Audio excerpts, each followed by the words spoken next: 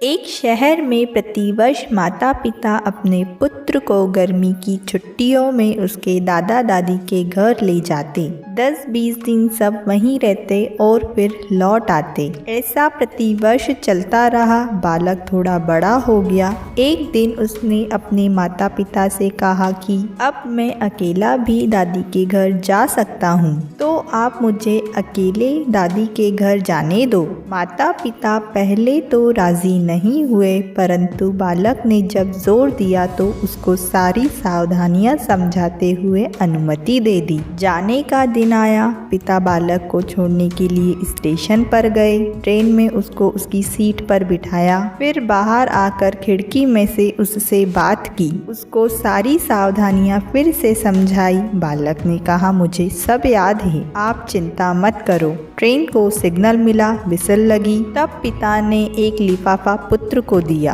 और कहा कि बेटे, अगर रास्ते में तुझे डर लगे तो यह लिफाफा खोलकर इसमें जो लिखा है उसको पढ़ना। बालक ने पत्र जेब में रख लिया। पिता ने हाथ हिलाकर विदा किया। ट्रेन चलती रही। हर स्टेशन पर नए लोग आते रहे और पुराने उतरते रहे। सबके साथ कोई न कोई था। अब बालक को अकेलापन लगने लगा। अगले स्टेशन पर ट्रेन में ऐसी शख्सियत आई जिसका चेहरा बहुत भयानक था। बालक पहली बार बिना माता पिता के, बिना किसी सहयोगी के यात्रा कर रहा था। उसने अपनी आंखें बंद कर सोने का प्रयास किया, परंतु बार बार वह भयानक चेहरा उसकी आंखों के सामने घूमने लगा। बालक भयभीत हो गया, रुआसा हो गया। अब उसको पिता की चिट्ठी याद आई। उसने जेब में हाथ डाला, हाथ कांप रहे थे। पत्र निकाला, लिफाफा खोला और पढ़ा। पिता ने लिखा था, तू डरना मत, मैं पास वाले कंपार्टमेंट में ही हूँ, इसी गाड़ी में बैठा हूँ। बालक का चेहरा खिल उठा। जीवन भी ऐसा ही है।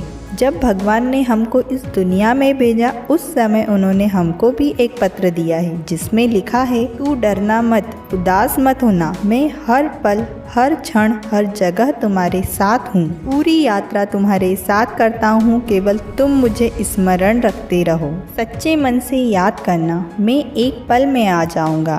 इसलिए चिंता नहीं करना, घबराना नहीं, हताश नहीं होना। चिंता करने से मानसिक और शारीरिक दोनों स्वास्थ्य प्रभावित होते हैं। अपने परमात्मा पर, प्रभु पर, अपने इष्ट पर हर क्षण विश्वास रखें। वो हमेशा हमारे साथ हैं। हमारी पूरी यात्रा के दौरान, अपनी अंतिम सांस तक बस इसी एक एहसास को ही कायम रखने का प्रयास करते रहना है। सब कुछ उस परमात्मा पर छोड़ दें जिसकी मर्जी के बिना एक पत्ता भी नहीं हिल सकता है।